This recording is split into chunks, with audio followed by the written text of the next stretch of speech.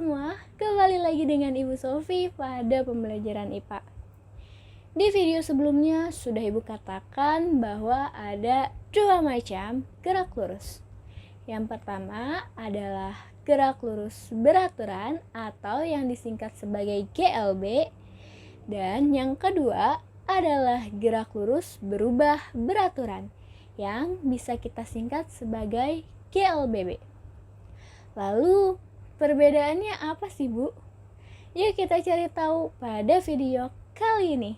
Ibu tekankan bahwa gerak lurus beraturan atau GLB tidak mengalami perubahan kecepatan. Sedangkan gerak lurus berubah beraturan atau GLBB mengalami perubahan kecepatan.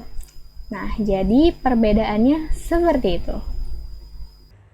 Oke, sekarang kita akan fokus untuk belajar mengenai GLB atau gerak lurus beraturan.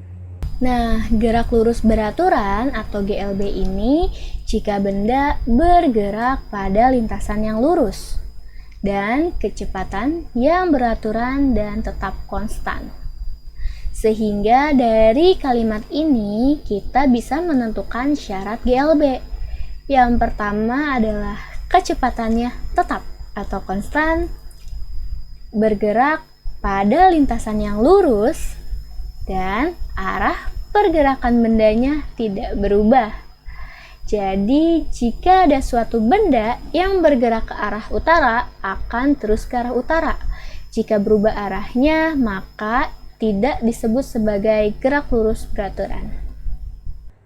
Lalu, apakah semua benda yang bergerak pada lintasan yang lurus dan memiliki kecepatan konstan dapat kita katakan sebagai gerak lurus beraturan?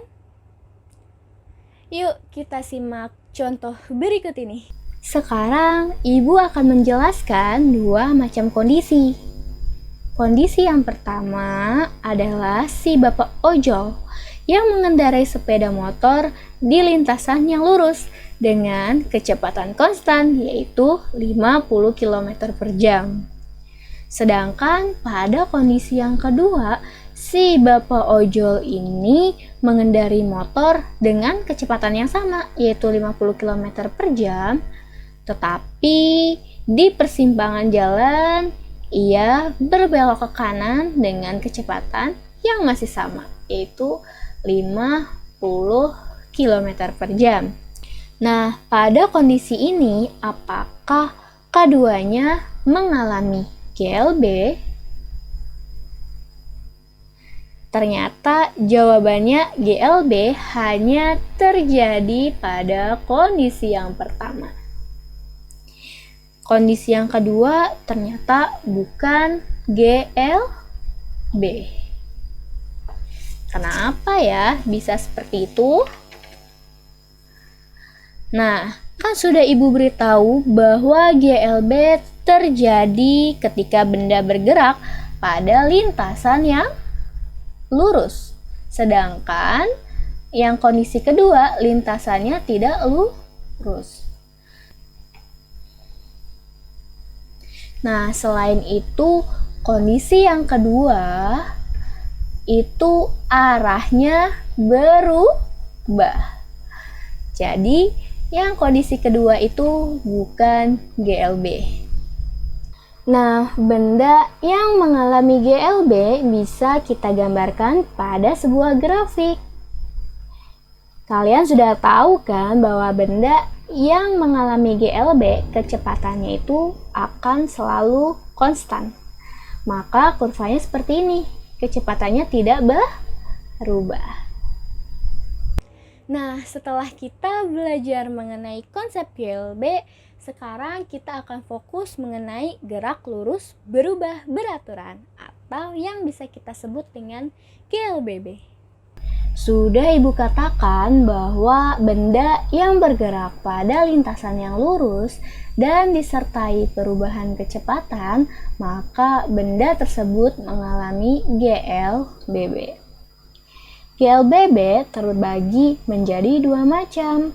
ada GLBB dipercepat dan juga GLBB diperlambat. Contohnya bagaimana, Bu, GLBB dipercepat? Contohnya adalah ketika kita menjatuhkan bola. Semakin lama, kecepatan bola semakin cepat ya. Selanjutnya, bagaimana Bu dengan GLBB diperlambat? Ya sebaliknya, ketika kita melemparkan bola ke atas. Nah, kalau kita melemparkan bola ke atas, kecepatan bola semakin ke atas, semakin diperlambat. Sehingga grafik GLBB dapat kita gambarkan pada grafik ini. Gambar nomor 1 adalah GLBB dipercepat karena kecepatannya semakin lama semakin bertambah. Sedangkan gambar nomor 2 itu adalah GLBB diperlambat karena semakin lama kecepatannya ini akan semakin berkurang. Nah, di video kali ini kita sama-sama belajar mengenai GLB dan GLBB. Di video selanjutnya kita akan belajar bagaimana cara membaca ticker timer dan juga tetesan oli. Nah, keduanya ini dapat menunjukkan apakah suatu benda mengalami GLB, GLBB dipercepat, atau GLBB diperlambat. Jadi, kita simak video selanjutnya. Sampai jumpa!